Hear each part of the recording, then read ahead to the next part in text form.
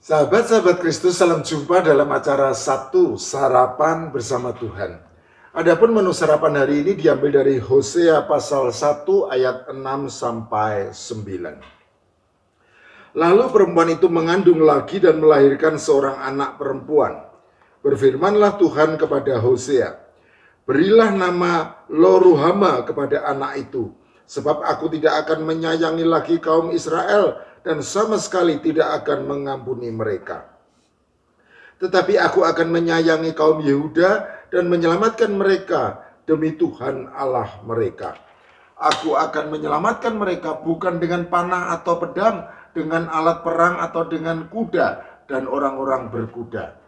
Sesudah menyapi Lo-ruhama, mengandunglah perempuan itu lagi dan melahirkan seorang anak laki-laki. Lalu berfirmanlah ia, berilah nama Lo-ami kepada anak itu, sebab kamu ini bukanlah umatku dan aku ini bukanlah Allahmu. Nama Hosea merupakan transliterasi dari nama Ibrani Hosea dan memiliki arti Tuhan adalah keselamatan.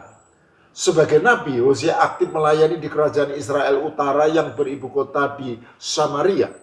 Kehidupan Nabi Hosea yang tragis tercantum dalam kitab Hosea yang ditulis dalam bahasa Ibrani dan terdiri dari 14 pasal 197 ayat.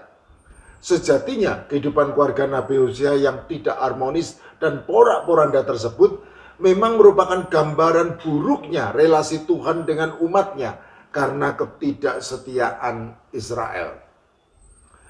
Pesan kenabian dari Hosea kepada Israel tersirat dalam nama-nama ketiga anaknya yang dilahirkan dari rahim istrinya Gomer binti Diblaim, yaitu Yezreel, Lo-ruhama, dan Lo-ami.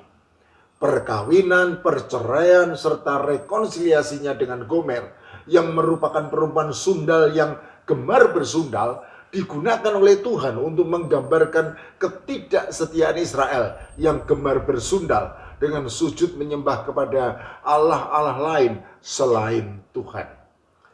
Perlu dipahami bahwa sejatinya Tuhan sudah memilih Israel sebagai bangsa pilihannya di antara bangsa-bangsa lainnya untuk menjadi umatnya yang kudus.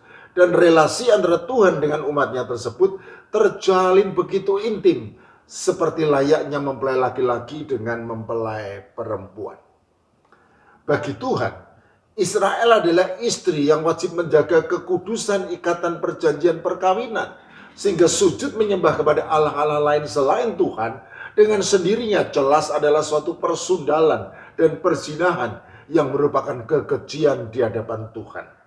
Celakanya, Israel justru merupakan istri yang tidak setia dan gemar bersundal, sehingga hal itu menimbulkan murka Tuhan.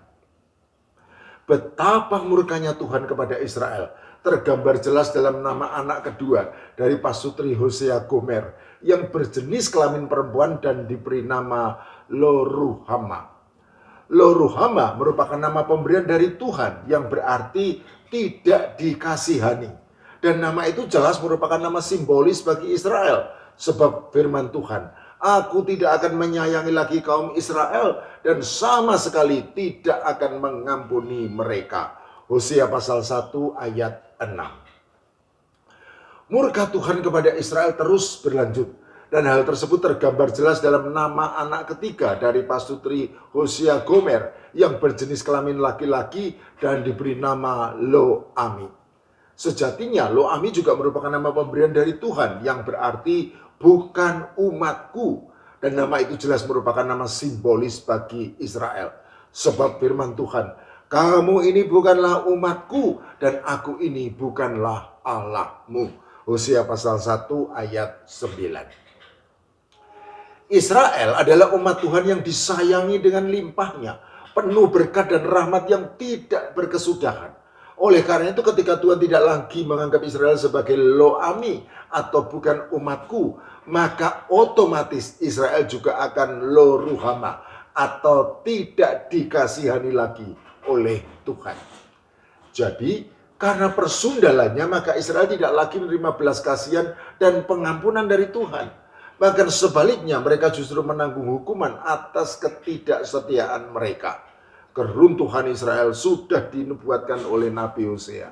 Dan hal itu akan terjadi sebagai akibat kedurhakaan Israel yang berpaling dari Tuhan. Hosea pasal 8 ayat 1 sampai 14. Bahkan begitu beratnya hukuman tersebut sehingga tidak akan ada sukacita bagi Israel di negeri pembuangan. Hosea pasal 9 ayat 1 sampai 9. Meskipun demikian, hukuman kepada Israel yang tidak setia bukanlah merupakan keputusan final. Karena seperti halnya Nabi Hosea tetap mengasihi Gomer dan menerimanya kembali sebagai balasan atas ketidaksetiaan istrinya tersebut, maka demikian pula halnya Tuhan tidak pernah berhenti mengasihi Israel.